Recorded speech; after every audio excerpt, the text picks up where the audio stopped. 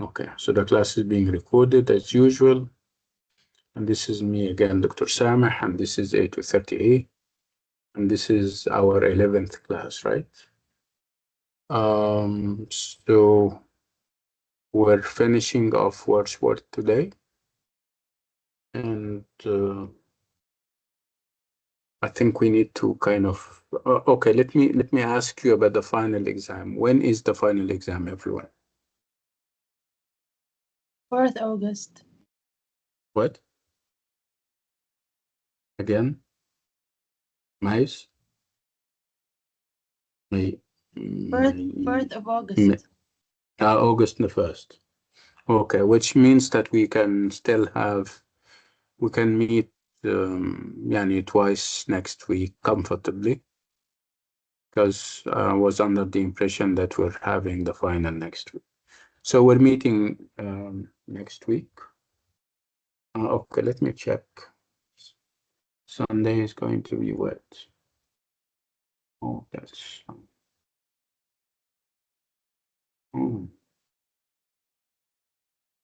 Well, I think we'll need to meet on Thursday. I need to do Shelley on Thursday. So let's agree on that towards the end of the class. Remind me to kind of schedule a mutually convenient time so that we can finish on Thursday. Okay, so again, the romantics that we're talking about, we've been talking about them for quite some time, and we have been talking about their representative Wordsworth for quite some time.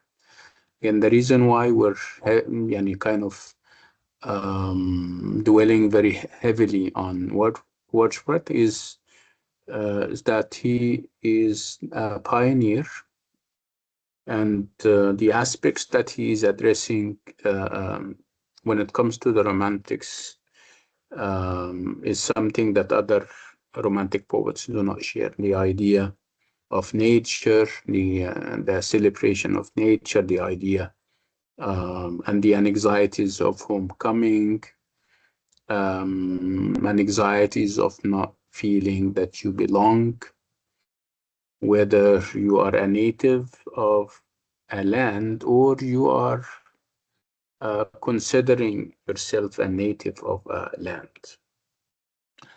We have spoken about this celebration of nature and its different elements in poems like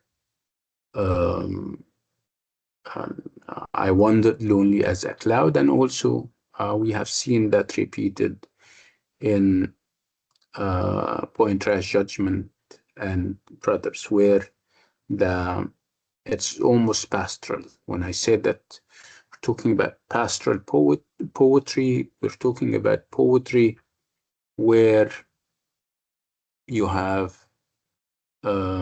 scenic landscape in the background, you have mountains, you have sometimes you even have shepherds and sheep, you have rivers flowing, and it's almost idyllic, almost perfect. It's a green world, if you like. So this is always the background in Wordsworth poetry, because he is a poet of nature, or the poet of nature par excellence. What have we covered so far for Wordsworth? We have done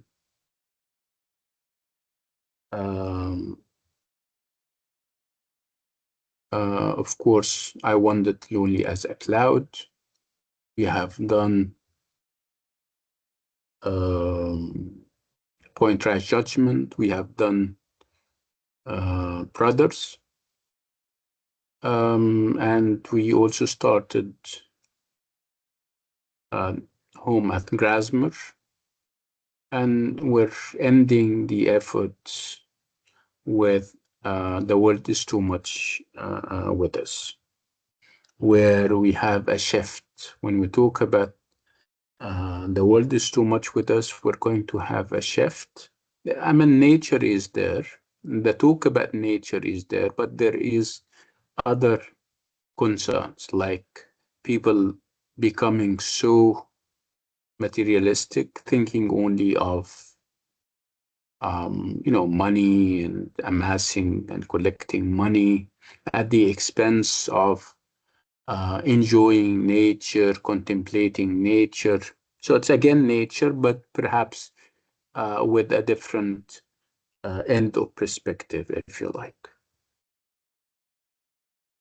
So this is what we're addressing ourselves to tonight, inshallah. Wordsworth and the end of Wordsworth. Remember what I said about Wordsworth?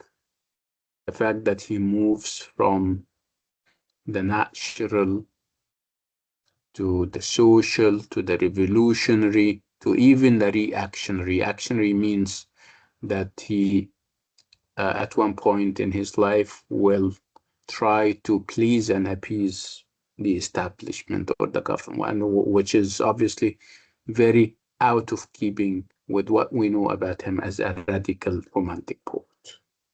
This part is not very pronounced in what we're taking, but it did happen, and it was kind of upsetting for people who know and follow Wordsworth.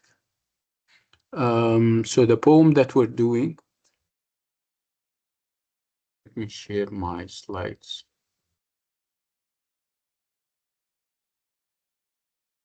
This is the central LMS where you can, I mean, by way of revision, if you would like to find anything, can always go there and find stuff.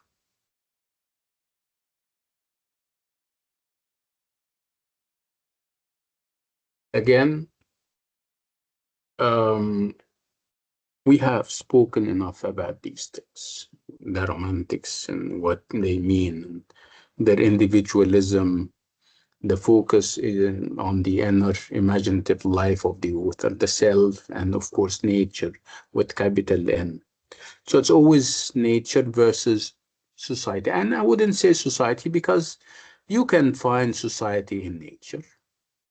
What we perhaps mean, we mean civil society, the society of the city dwellers, people who live in the city, as opposed to people who live in nature. Obviously, according to Wordsworth, the closer you are to nature, the more the purer you are, the more innocent.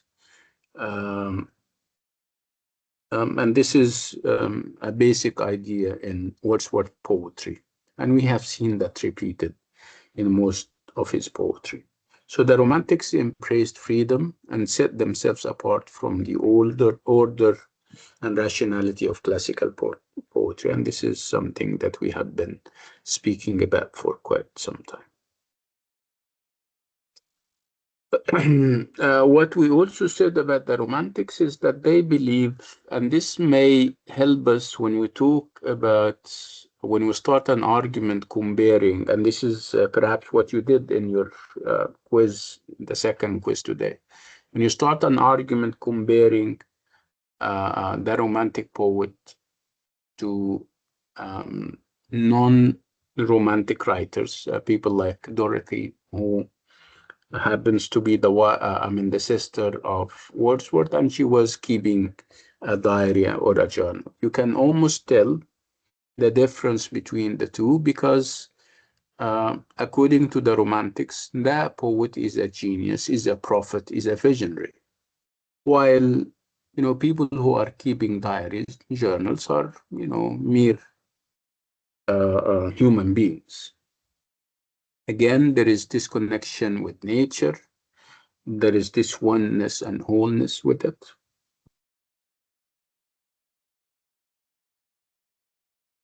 Spoke enough about and long about I wandered lonely as a cloud, then you have found it even in the second quiz, right? So tell me, let's perhaps stop here and talk about. So how did you find the quiz? Easy, difficult? Average. So how did you find the experience today? Did you do the quiz today? Yeah, we do, doctor. So was it what? Tell me about the والله experience. دكتور والله دكتور الحمد لله المحاضرة الأخيرة لاست كلاس يعني فادتنا كثير في الكويز اليوم. أتمنى عبد العزيز ما تكونش بتقول حاجة. I'm hopeful that لأنه I know how hard you try and Yeah, I thank you so much. appreciate that يعني والله Yeah, فعلا. we give us like a lines, our guidelines to how to study the for quiz, and we do that. Alhamdulillah. ممتاز. Any other insights into how the quiz looked to you today? Did you like it? Did you hate it? Did you hate me? No response whatsoever. Good, bad, nothing. The quiz was easy, Okay. alhamdulillah. Yes, And good. as Abdulaziz said, that the last lecture was very helpful. Nice, good. Did you write enough? Not a paragraph, right? I need essays, right? And I assume that you wrote essays. Okay, طيب. Let's move on.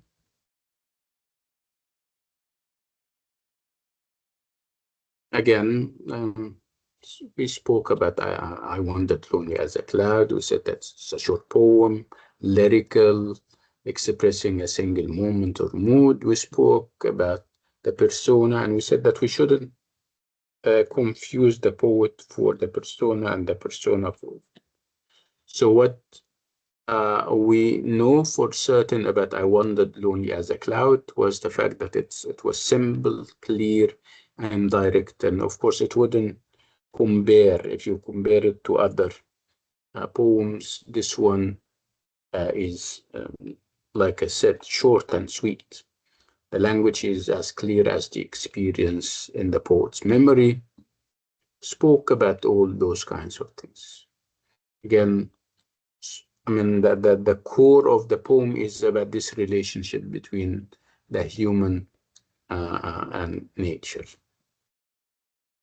And then we started to compare Dorothea's entry on that day and Wordsworth's poem, and we spoke about how Dorothea's narrative came to confirm the experience, but perhaps it spoiled what Wordsworth said about the freshness of memory and stuff like that. And then we had those, or perhaps there are three poems: Pointra's Judgment, The Brothers and Home at Grasmere. If you look at them, you're going to always find that the background is nature. And what do I mean by nature? I mean the nature of the countryside, where you have people moving to the countryside to do something, to perhaps live and stay in the countryside.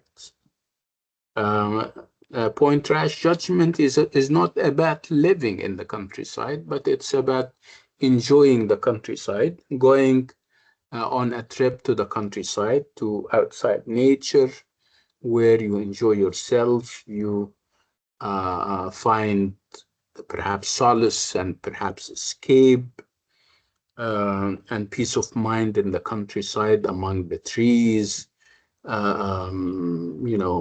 on the sides of rivers. But there was something in Pointra's Judgment that perhaps turned things upside down, which was when the people who went there, the companions, I think they were like two or three, they were happy and enjoying the moment, reading from Greek mythology, doing this and that. And they spotted from afar a man, and they started to compare the man to the other folks in the countryside, people who were harvesting and they were busy harvesting and everything, and very hard. And they were under those companions were under the impression that this man, because they see him from afar, is lazy, is not doing what he should be doing. He should, according to them, he should have joined those people who are harvesting. And they had a very bad judgment. They judged him, and it was very harsh. When they came closer to the man, they found that the man is very sick, is very feeble and weak. And it's not that he is lazy or something, it's simply that he's not healthy enough to join the other people and work. He was also trying to kind of to catch a fish, and he was trying very hard. So they started to kind of think of what they said about him, and they started to feel guilty. And guilty they felt so much that they decided that this is a lesson that they shouldn't forget. This is a mark. This is a lesson that they should kind of find a way to make perhaps eternal. So for them and for others, if they visit the place, they need to be reminded of the place where they made this grave error and mistake. And if it's not them, it can be people who may come to also visit, and they are obviously in this case warning them against rash judgments. This is well, this is all good. But perhaps the only problem that we have with them is that they wanted to rename the place in order to market. Again, for all their good intentions, we're not happy about this renaming process. It's like rebranding in our modern times.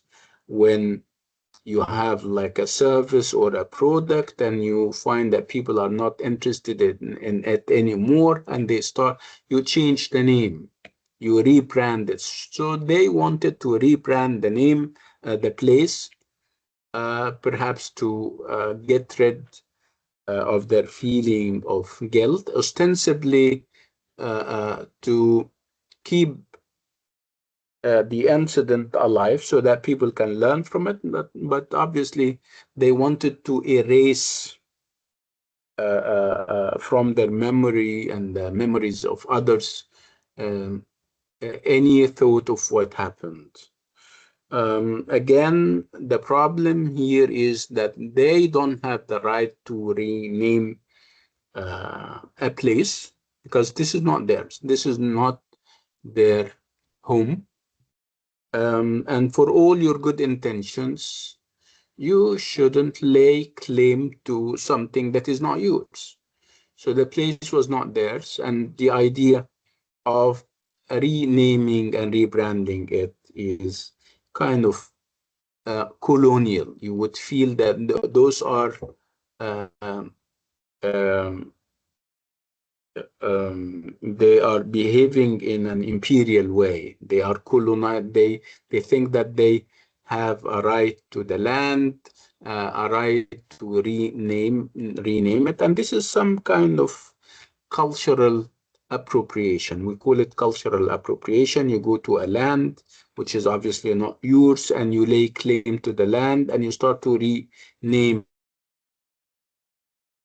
of the streets, and this is obviously uh, um, imperialism. This is cultural imperialism, and this is colonization in broad daylight. Again, the idea of colonization is interesting because it kinds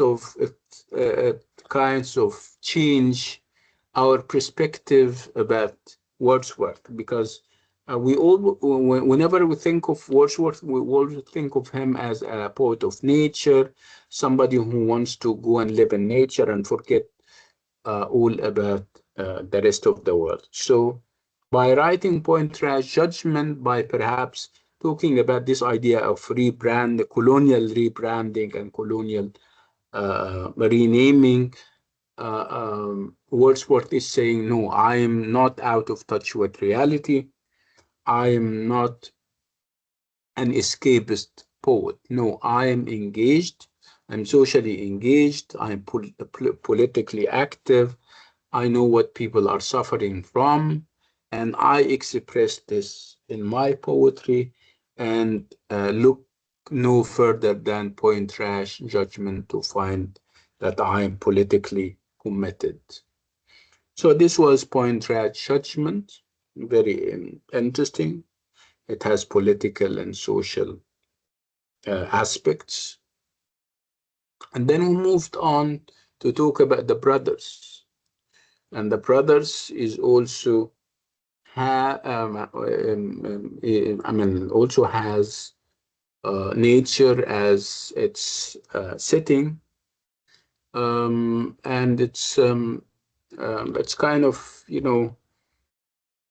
sad because it's about this unfulfilled wish of reunion. You have a brother, Leonard, who left his village or town for perhaps 12 years. Looking for better prospects and better living conditions. And he was perhaps counting the hours and the days for when he will go back and get reunited with his family, especially his brother. And so 12 years passed and he went back home. But when he went back home, he felt like a stranger. And people in his hometown made him feel like a stranger. Again, he felt like a stranger simply because people couldn't recognize him. He obviously changed beyond recognition, and he himself couldn't remember the faces, he couldn't remember the places, and he is always under the impression that the places changed. So, and when he had the chance to talk to people, he had the chance to talk to the vicar of the place, and the vicar of the place couldn't recognize him either, and he started to tell him a story. And the story was no more than the story of Leonard and his brother. And he tells him about him leaving for years, and then his brother was waiting for him. He was so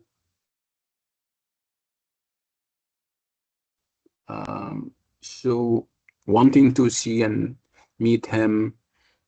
He was thinking of him all the time, and he unfortunately died waiting for him.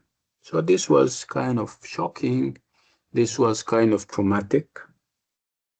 Again, the moral of the story is again has to do with this idea of obsession with returning and homecoming, and whether uh, returning wouldn't have its own uh, hurt, would return, you would return, but would people accept you when you return? Would they remember you? Uh, um, so the poem is all about this feeling of wandering, the fact that you turn into a wanderer, a wandering Jew, if you like, where you don't feel that you belong anywhere. Nobody makes you feel that you belong anywhere. So again, this all stems from this feeling of inadequacy upon the part of Wordsworth. He feels that he cannot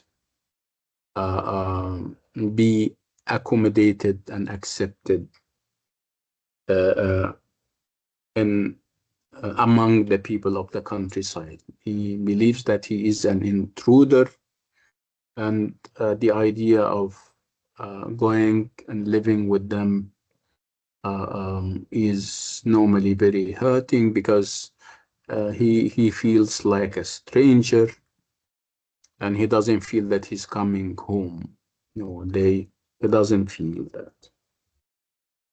And then we have the poem Home at Grasmere, and Grasmere is the place where, in the countryside, where he dwells. Again, it has this idea of returning, and obviously it is full of anxieties. Again, the question is always whether people in Grasmere will accept him among them as one of them, or he will remain forever a stranger.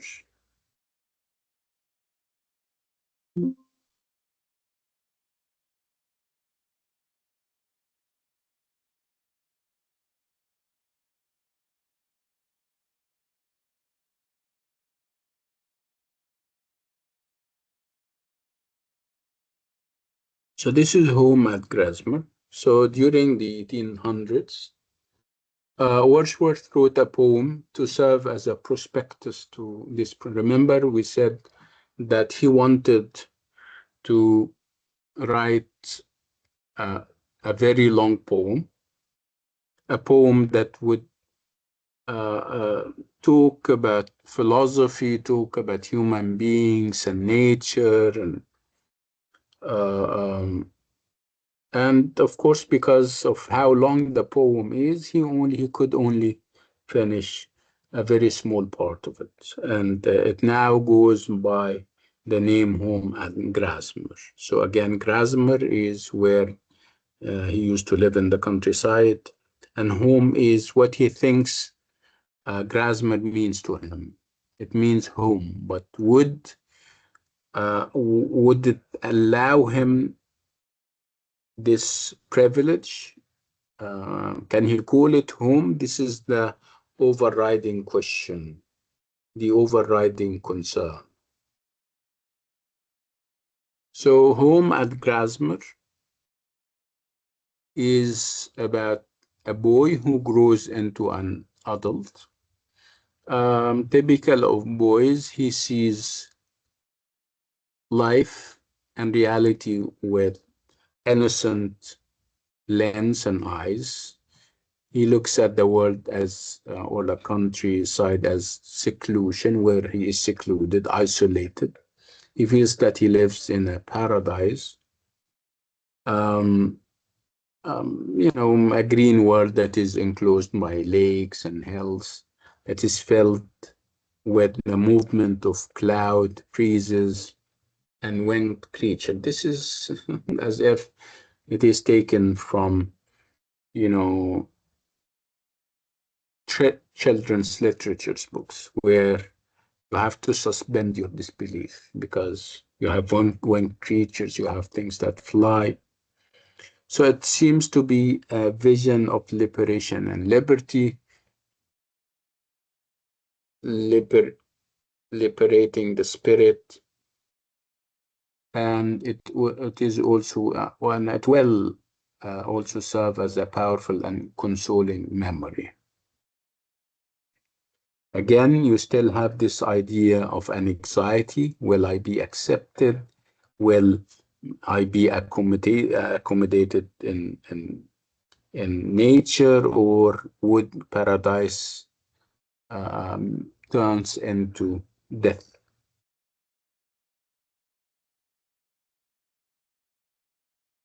So Grasmer is insistently represented as somewhere blessed and perfect, an Adam or paradise, a termination and a last retreat, a center come from wherever you will, a whole without dependence or defect, made for itself and happy in itself, perfect contentment, unity entire. You know, when you look at the words that are used, it's glorification, talking about a place where we don't have dependence or defect, no flaws, words that is happy in and of itself, where people are satisfied. Um, the boy grows into this kind of atmosphere, and it becomes a refuge from the common world and these unhappy times. So it's a kind of refuge, it's a kind of escape. So again, Wordsworth is escaping the horrors and the terrors and the witch hunt of the government and the industrial revolution and the political system in general. Where does he go? He goes to Grasmere, to the countryside, where there is no dependence or defects, where there is perfect contentment.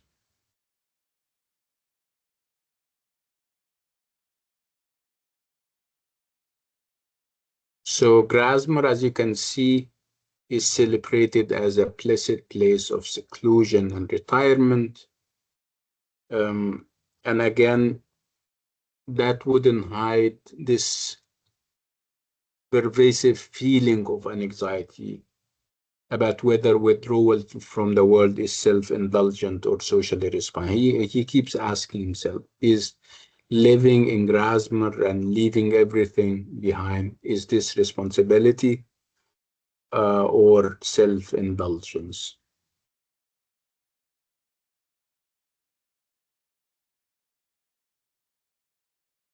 Again, I mean, he tries to reconcile himself with what is obviously happening. Um, the realizes that he is not just another human being. He conceives of himself as a poet, as a mighty prophet of a more perfect state of society. His relationship may be few now, but will extend to mankind in times to come. He believes that he is not cut the way everybody else is cut. He is a prophet, he is mighty, and the seclusion that he is experiencing is perhaps a stepping stone towards reaching humanity in general. Again, what makes this poem grand, remember this was part of a bigger project, was the use of blank verse, which is a form associated with epic poetry. And of course, epic poetry is the highest kind of poetry, very ambitious, and it can have like hundreds of lines, if not more. And he is also employing classical or perhaps being inspired by those conventions that were driven from the Greek poet Homer in his Odyssey, and Virgil, the Latin poet in his Aeneid. Now, obviously, if we're talking about blank verse, there is also this reference to John Milton's Paradise Lost. So Wordsworth sets up his projected poem in command of the grandest subject and commensurate poetic language. Again, as you can see, the language is highly elevated. It is Latinated, abstract, and sometimes the diction is archaic or difficult to understand. The poem is characterized by long and complicated sentence structures, typical of epic or epics, as in the lines that says, "Come, thou prophetic spirit."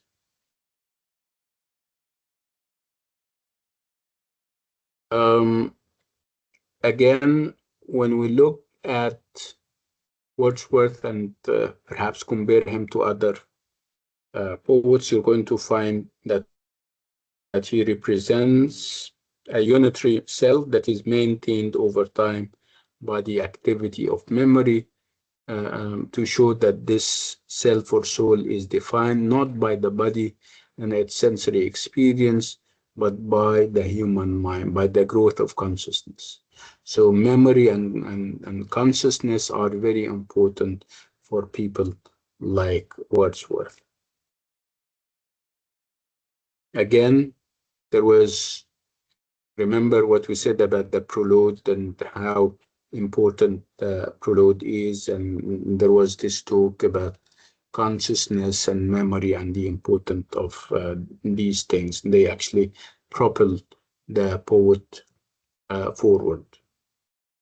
Um, there is talk about, whether this is rooted in philosophy, and the philosophies that we're talking about is that of John Locke and about this idea of consciousness, and Jean-Jacques Rousseau, when he especially talks about the inner life, when he talks about being one with nature, um, and also when we talk about those elements of autobiography. Remember, Jean-Jacques Rousseau wrote the Confessions, and the Confessions is about laying bare self. And this is a typical attitude that we see in the work of Wordsworth in the different poems that we have read together. Um, so this is basically what this part is about. Now we're going to move to a very important poem, and it's called The World is Too Much with Us. If anything, it shows us how the poet can, I mean, yeah, it is true that he is a fan of nature, but this does not prevent him from talking about other, worldly concerns. So this is what we're going to see in the poem that I'm talking about here. Uh, Let me see if I have it. I think I do. No, this is not. Somebody is coming in and coming out. Yeah, this is the poem that I'm referring to, and it's called The World is Too Much with Us. Um, I would like you to read it. And by the way, it's a sonnet. If you count the number of lines, it's made up of 14 lines, which makes it a sonnet. Please read it, and you don't have to be bothered by what you don't understand. Just read it and come up with something and tell me what you think it is about. I'll give you 5 minutes for that, because yeah, it needs thinking. Yalla.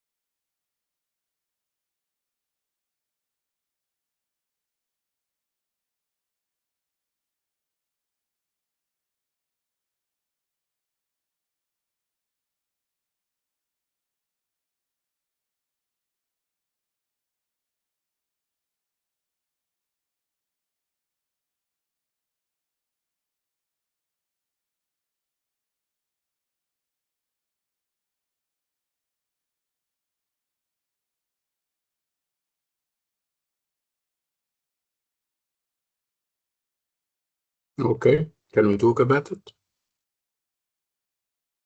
Like I said, I'm not expecting much because this is poetry, and poetry um, should be read a number of times, and it doesn't lend itself to easy uh, understanding and I understand all of that, but in the same breath, I think you came up with something. MashaAllah, your English is good, and I'm sure you have come up with something. Yalla, let's talk about it. Whatever you have understood.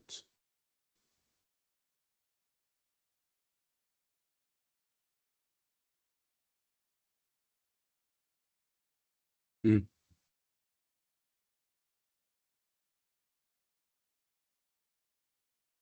Nothing.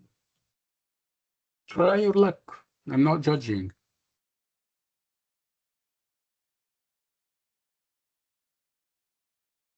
So let's talk about the tone of the poem. What do you think? Is he, is the poet, Wordsworth, the guy that we know very well, is he as happy as he was in I Wandered Lonely as a Cloud? Do you think he's happy? No, he's not Up to the happy. man. He's not happy. He's sad, right? So people are Yes, sad obviously and critical. sad for reasons, right?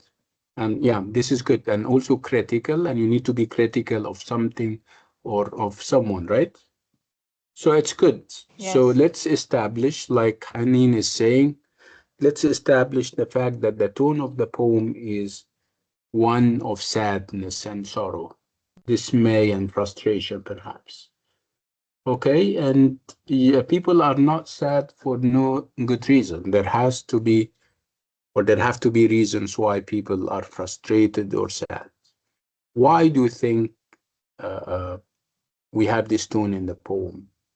The poet is sad, or the persona of the poem is sad for a reason. What's this reason?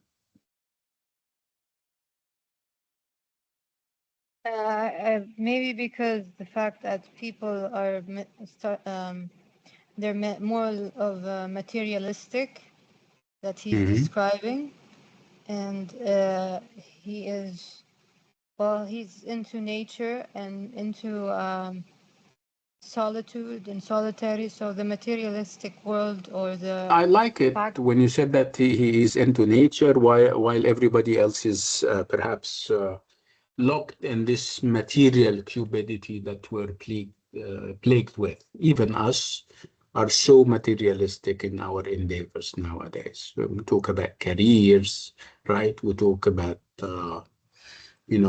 getting promoted and stuff like that. And uh, perhaps we have our own reasons because we don't have nature, right? We are all locked in concrete buildings, but with them it's different. They have outside nature, right? So uh, people are obviously locked in this search for I believe there's a materialism. different kind of nature here. There's the desert, Mhm. which is to some Yeah, people a way of yeah, but expressing. I'm saying that, yeah, Yeah, yeah. life back then was obviously different. They Yes. they had outside nature and they could enjoy it, no obviously pollution and all those kinds of things. Uh, um, so obviously there is, or there was something that they uh, uh, can have regrets over missing, which is obviously nature. And this is exactly what he feels, that people are missing the point. People are focusing on petty things and they are leaving whatever is grand, whatever is big and noble. And obviously, from what we know about Wordsworth, this is nature. Okay, so it's a glorification of nature, but in a different way. Okay, so the world is too much with us, late and soon. We became so obsessed with the world nowadays, and obviously, he is comparing the world to nature as if they are two different things. And what does he mean by the world? He means the material, the industrial world, the perhaps the capitalist world, where the focus is on what? On getting, on spending, right? So he is obviously angry with that. He's saying that we are we're wasting our powers if we think of these things, amassing money, collecting money, working, not enjoying the beauties of nature. Little we see in nature and see how nature is written capital N, right? Little we see in nature that is how we fail to see nature for what it is. We don't believe that we belong to and with nature anyway. Because what did we do? We have given our hearts away, a sordid boon. We have uh, uh, left ourselves to the world, to the factories, to the companies, to materialism of all sorts. And we have stopped to appreciate nature and its different elements. You have the sea at one point, you have the flowers. We became out of tune with whom or with what? With nature. And obviously, this is very hurting for him to the extent that he wishes that he was a pagan, somebody who doesn't believe in God anymore. He believes that being a pagan is better than realizing that people are doing this with nature.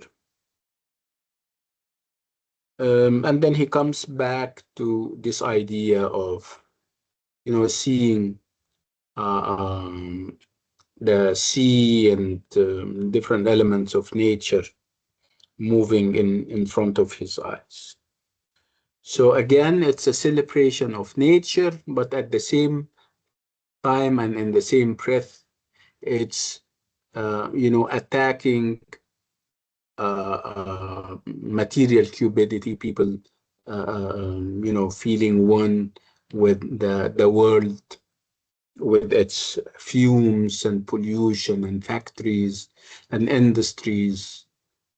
See, so it's like I said, it's a sonnet, and a sonnet is a poem, 14 lines.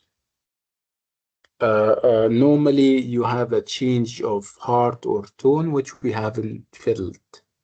The poem is all sad and unsettling. He didn't change towards the end of the poem like we see in other poems. He is still angry and still upset, again, for obvious reasons. So, this is another example of romantic poetry it's again a celebration of nature, but it also shows us that the poet is also socially committed. The fact that he is, uh, um, kind of sad because people are focusing on money and material things.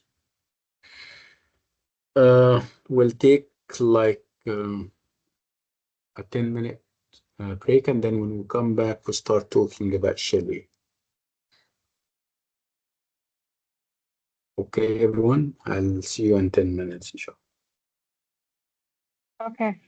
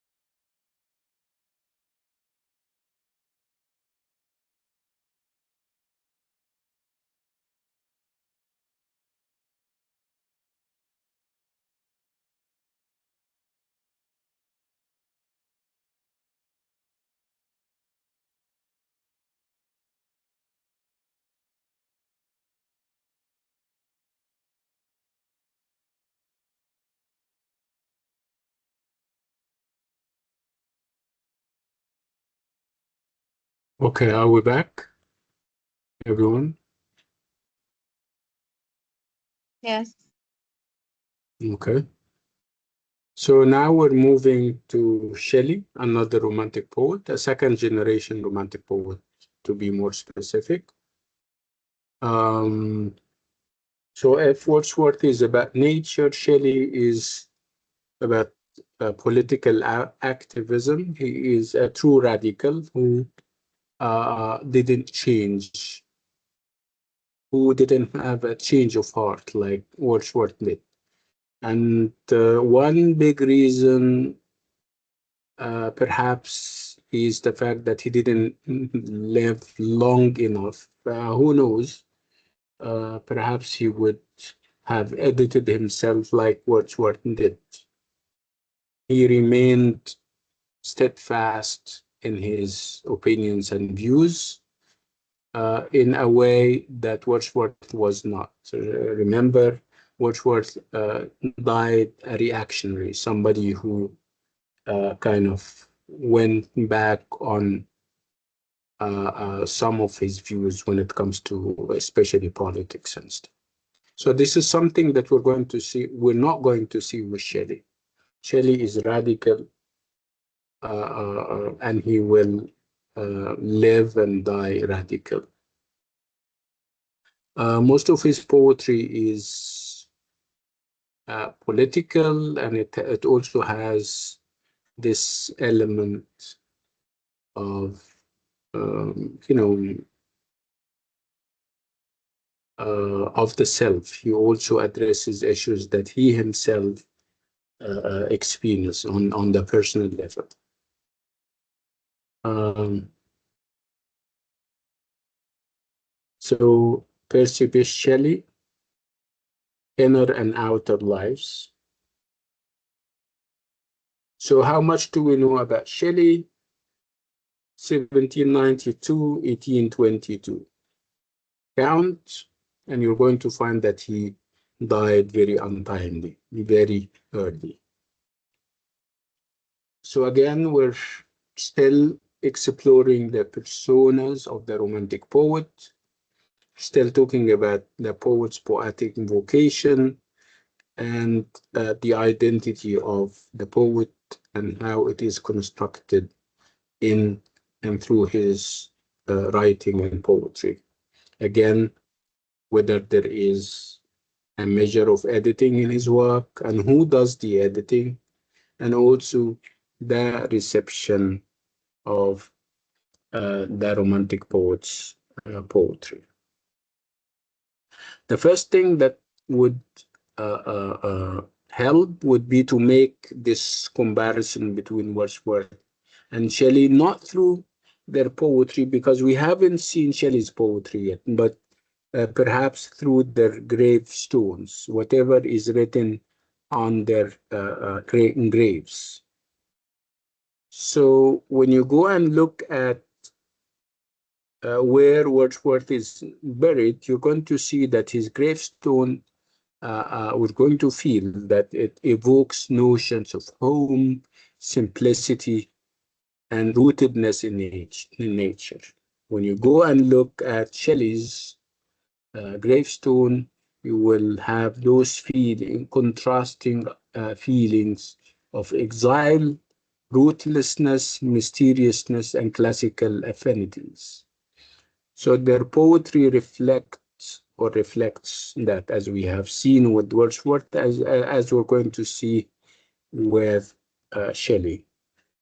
When we talk about Wordsworth poetry, we're going to see that Wordsworth was trying to project a grand unified self. Through this unified and grand self is communicated to us through conscious autobiographical acts of recollection, while Shelley's works project versions of the poet that are varied, elusive, accusatory, and sometimes prophetic in tone. They are dramatized rather than recollected and shifting rather than stable. This pretty much sums up what Shelley stands for and is about. In Wordsworth poetry, the romantic life is rooted in a specific landscape, Lake District, whereas Shelley's romantic life is one of a rootless nature. You find them anywhere. He's not bound by place or time.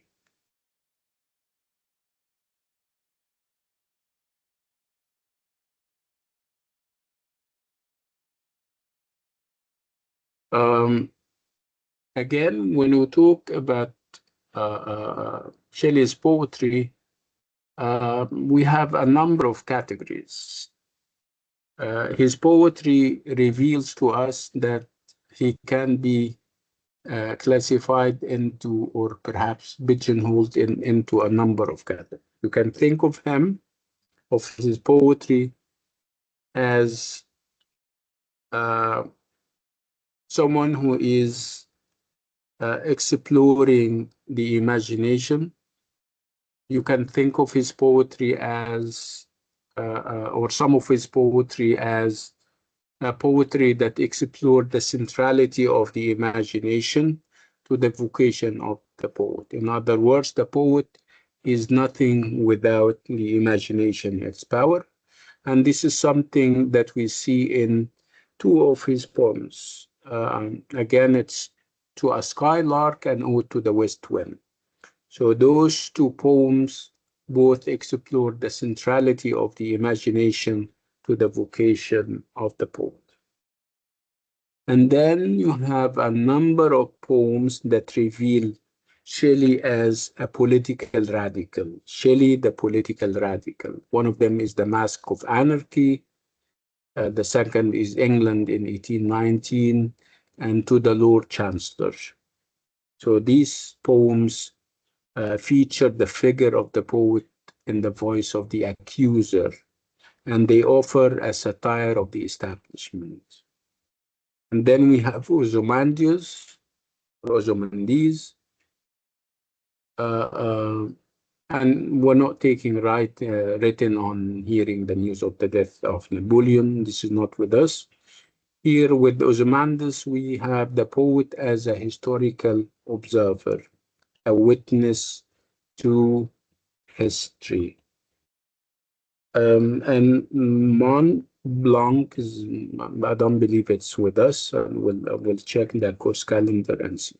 So this is, as you can see, uh, Shelley's kind of split self in action. Remember when we spoke about Wordsworth, we said we're talking about a unified self. He is at one with nature, and most of his poetry is uh, about that. Where, as you can see with Shelley, you have divergent persuasions. You have divergent strands. He is at one point a political radical, at others he is a historical observer. At a third, he has this quest for truth and the ideal. And above all else, he is also preoccupied with the possession of the imagination and its centrality to the vocation of the poets. So we're going to start with To a Skylark and Ode to the West Wind. Um,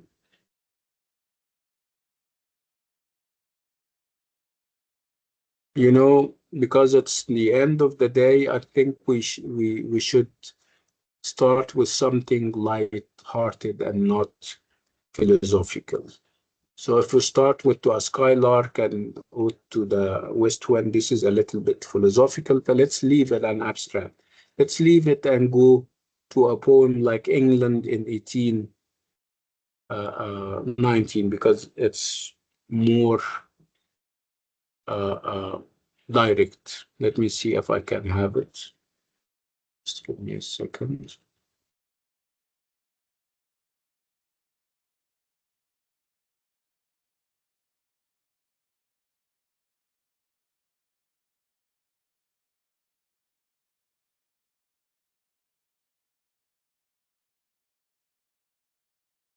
Yes.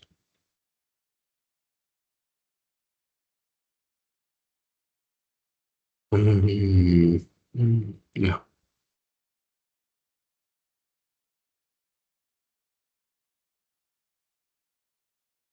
Okay. So can you see the poem?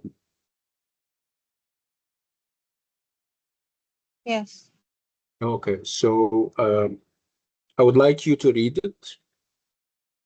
This is by Shelley, by the way, and I would like you, if I give you choices, tell me whether it's um, what can you see about Shelley now when you read the poem? Is it, or does it reveal the political radical or the witness to history or somebody who talks about the centrality of the imagination or what? So, yalla, read it. It's a sonnet made up of 14 lines. Like I said, you don't have to understand everything, even though it's an easy one. It's very accessible if you compare it to other books. Yalla, I'll give you 3 minutes for that. Yalla, go ahead.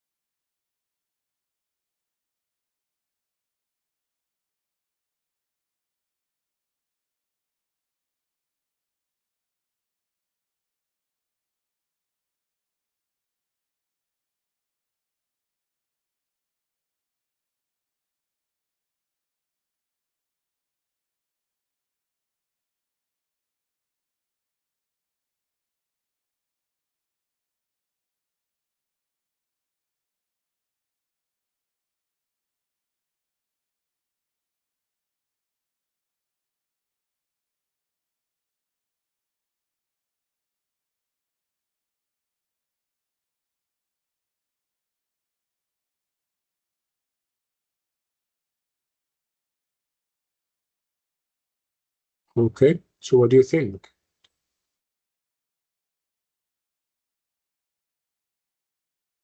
What does this poem show about him? Is he witness to history? Is he talking about the vocation of the poet and the centrality of the imagination? Is he talking about, is he revealing himself as a political radical?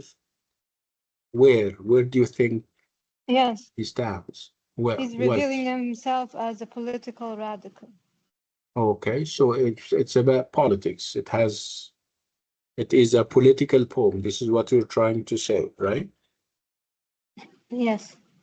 Okay. He's So, he's criticizing.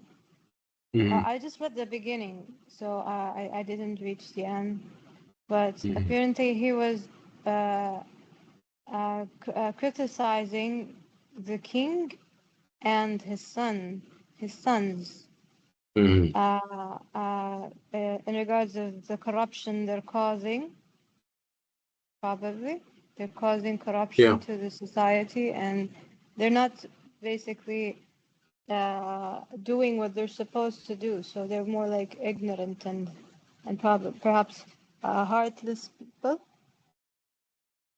Yeah. So He the tone is despises them. obviously one. So obviously he is angry. Is it an angry poem? Yes, it is from the big from the start. It Mhm. appears that he's angry. So I obviously just didn't reach the end. he's not exclusively talking about one institution. Um, Obviously, he talks about all the institutions, the government institutions. When you read, you're going to find that find him talking about the army, the Senate, the the institution of religion, right? So they all obviously are not doing a good job when it comes to serving the citizens, right? And uh, uh, the ordinary people are presented as being starved, being stabbed, right? So, if anything, the poem shows Shelley's political activism in action. It's a highly political poem where obviously Shelley spares no one. Talks about the king, the princes, he talks about the army, the parliament, he talks about the institution of religion. Uh, every institution is a culprit for him. Um, so this is a very interesting poem. We'll talk more about it uh, next time. We'll analyze it more. I'll give you some space to read it on your own. And I'll move to another poem, which is Ozymandias.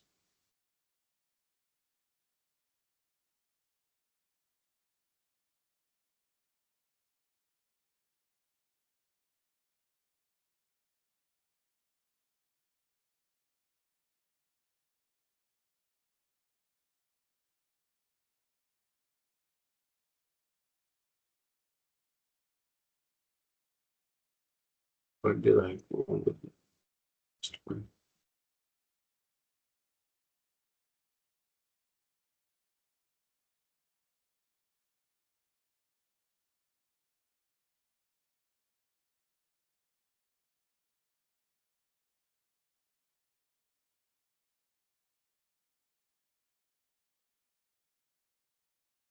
Yes.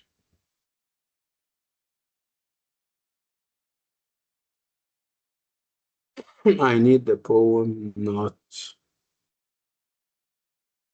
the. I need the poem.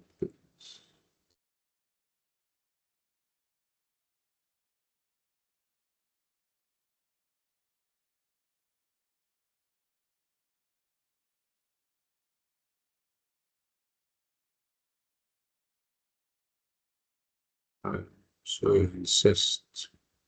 I'm giving me, this is the poem.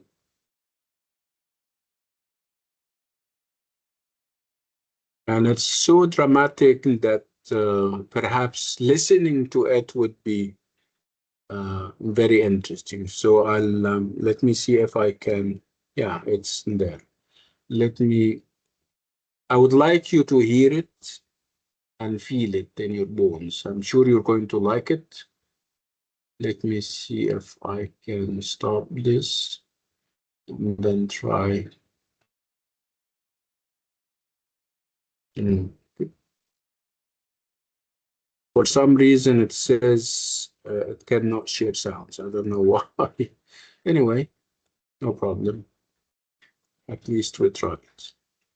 Okay, I would like you to read it. And you also can have the link and you can listen to it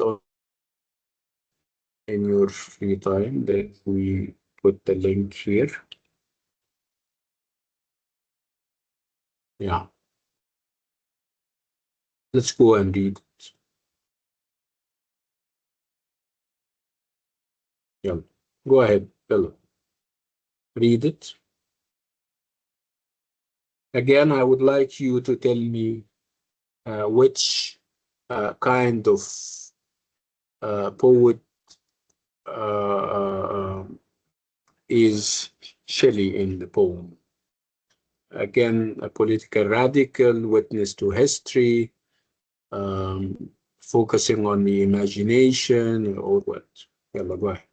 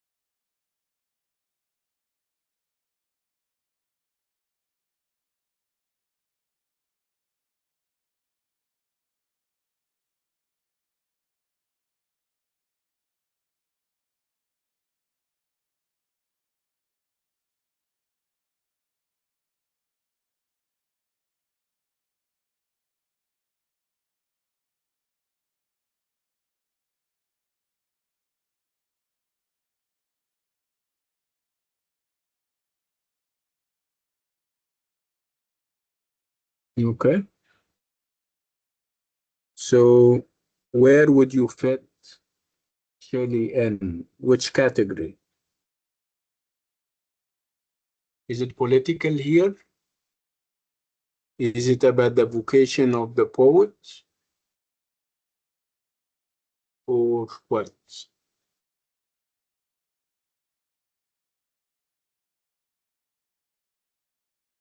What do you think?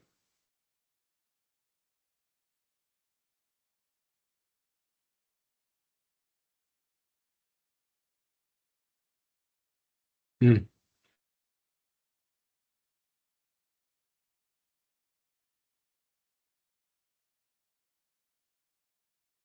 Political radical,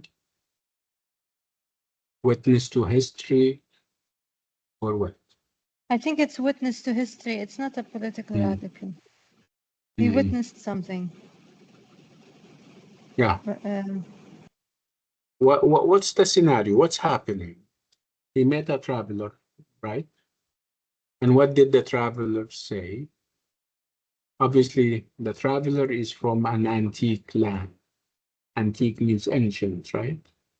So somebody coming from an ancient land, and this somebody saw something. What did he see? a sculpture? Was there a Yeah, sculpture somewhere? it's a sculpture. A sculpture of what? Of A a king. statue, right? Of a A king. statue of a king. Okay, so what kind and what shape and what condition is the statue in? Broken? Yeah, broken, shattered to Shattered, pieces, yeah. obviously. Again, it's the statue or a statue of a king, not uh, just another statue, obviously, right? And what's the name of this king? The name of the poem, which is Azoman, I can't pronounce this word. Ozymandias or Ozymandias, Ozymandias. Yes. which is king of kings. Yeah, it's like saying Shah and Shah, for example, in Persian or in those languages. So Ozymandias is Ramses II, the ancient Egyptian king, who is mighty, high and mighty. He presided over a very vast empire. And look, where is he now? And what condition is his statue now? Is no more. And even the reminder or a reminder of him, which is the statue, is shattered to pieces. So what does this tell you about glory, about human wishes, about um ambition and fighting and competing for places? What does this tell you? Who is bigger than a king? Who is higher than a king or an emperor or a pharaoh? A pharaoh is like a king in our modern times. We have a king, but in the past it was a pharaoh in ancient Egypt, an emperor in the Roman Empire. So who is bigger and higher than a pharaoh or a king or an emperor? Do we have people who are higher? No, God. No. And obviously they also have the same fate. They die and perish eventually. So what does this tell you about life? That will come to an end. Yeah, Qab Everything will like come they to an end. say. Yeah, absolutely. So what does this tell you about the vanity of human wishes? This is the vanity of human wishes. So life is transient, right? It's uh, perhaps this is like a lesson that he's giving. People should show humility because this is what they will come to eventually, right? So this is perhaps a lesson in humility, tawadu, because this is what will become of you one day, right?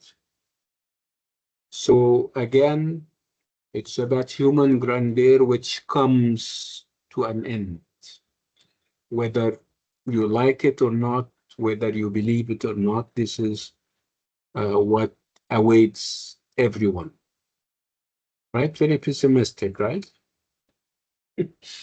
As if we need that at the end of a very long day. Anyway, I would like you to read the poem, this poem and the other one again, And when we meet again, we will read them and read the other poems so that we can finish Shelley next time. We're going to meet next time. We will meet on Thursday, and let's make it 4. How about that? Would 4 be convenient for you on Thursday?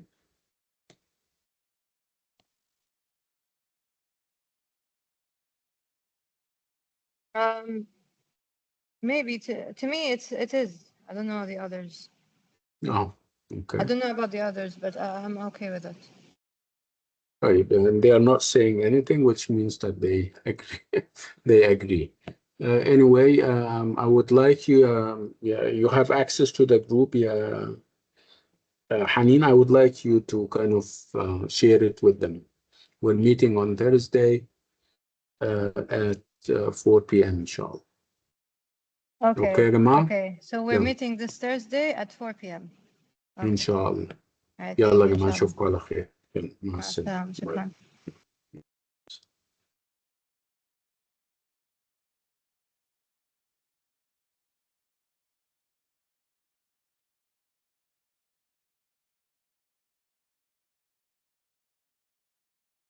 شكرا.